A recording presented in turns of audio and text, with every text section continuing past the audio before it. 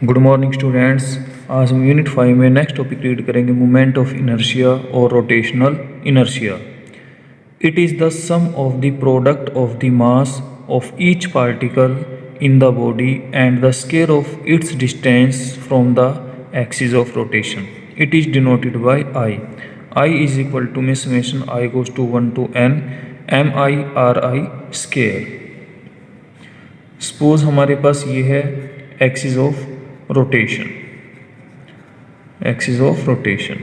और ये है हमारे पास सिस्टम जो नंबर ऑफ पार्टिकल से मिलके बना हुआ। सपोज फर्स्ट पार्टिकल का मास है हमारे पास m1 और एक्सिस से लेकर के पार्टिकल के बीच का जो परपेंडिकुलर डिस्टेंस होगा उसको हम डिनोट करेंगे r1 से। सपोज हमारे पास यहाँ पर है पार्टिकल सेकंड जिसका मास है m2 और परपेंडिकुलर डिस्टेंस होगा इसका r2। तो ऐसे ही अगर हम फर्स्ट पार्टिकल के मोमेंट ऑफ इनर्शिया की बात करेंगे, आई की जगह हम क्या पुट कर देंगे 1, तो फर्स्ट पार्टिकल का मोमेंट ऑफ इनर्शिया आ जाएगा आई इज इक्वल टू में m1 r1 स्केयर। ऐसे अगर हम सेकंड पार्टिकल के लिए बात करते हैं, सेकंड पार्टिकल का मोमेंट ऑफ इनर्शिया क्या होगा, आई इज इक्वल टू में आई की जगह हम 2 पुट कर देंगे, मीन्स m2 r2 स्केयर। तो हमारे पास ये जो फॉर्मूला है ये पूरे सिस्टम का मोमेंट ऑफ इनर्शिया का है, मीन्स ith पार्टिकल की अगर हम बात करते हैं तो i इज इक्वल टू में summation i goes to 1 to n M I R I square. तो ये होगा हमारे पास मोमेंट ऑफ इनर्शिया। इसके बाद हमारे पास नेक्स्ट टॉपिक है kinetic energy of rotation. It is the energy possessed by the body on account of its rotation about a given axis. जब body axis के अराउंड रोटेट करेगी तो उस टाइम पर जो एनर्जी प्रोसेस होगी उसको कहेंगे हम kinetic energy of rotation. Suppose हमारे पास ये सिस्टम है जिसमें nth पार्टिकल है और ये जो लाइन है ये है हमारे पास एक्सिस ऑफ रोटेशन, जिसके अराउंड जो सिस्टम है वो रिवॉल्व करेगा कांस्टेंट एंगुलर वेलोसिटी के साथ, मीन्स ओमेगा के साथ। तो फर्स्ट पार्टिकल का मास है हमारे पास m1 और परपेंडिकुलर डिस्टेंस होगा r1, और इस पार्टिकल की जो लीनियर वेलोसिटी होगी वो होगी v1। ऐसे सेकंड पार्टिकल जिसका मास है m2 और परपेंडिकुलर डिस्टेंस होगा एक्सिस से r2 और लीनियर वेलोसिटी होगी v2। ऐसे थर्ड पार्टिकल की अगर हम बात करते हैं, अगर मास m3 है तो परपेंडिकुलर डिस्टेंस होगा एक्सिस से r3 और लीनियर वेलोसिटी होगी इस पार्टिकल की v3। तो late the rigid body rotate about the axis with uniform angular velocity omega, and the body consists of particle of masses m1 m2 up to mn at perpendicular distances r1 r2 up to rn respectively from the axis of rotation.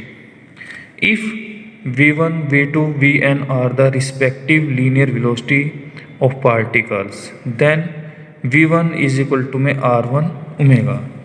आपने एक relation read किया था linear velocity और angular velocity के बीच में, v is equal to में r omega. अब हमारे पास यहाँ पर फर्स्ट पार्टिकल की जो लीनियर वेलोसिटी है वो है v1।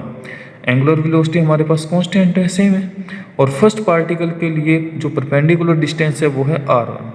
तो हमारे पास यहाँ पर फर्स्ट पार्टिकल के लिए लीनियर वेलोसिटी आ जाएगी v1 is equal to r1 omega. ऐसे v2 की वैल्यू आ जाएगी हमारे पास r2 ओमेगा, और n पार्टिकल के लिए वैल्यू आ जाएगी vn इज इक्वल टू में rn ओमेगा।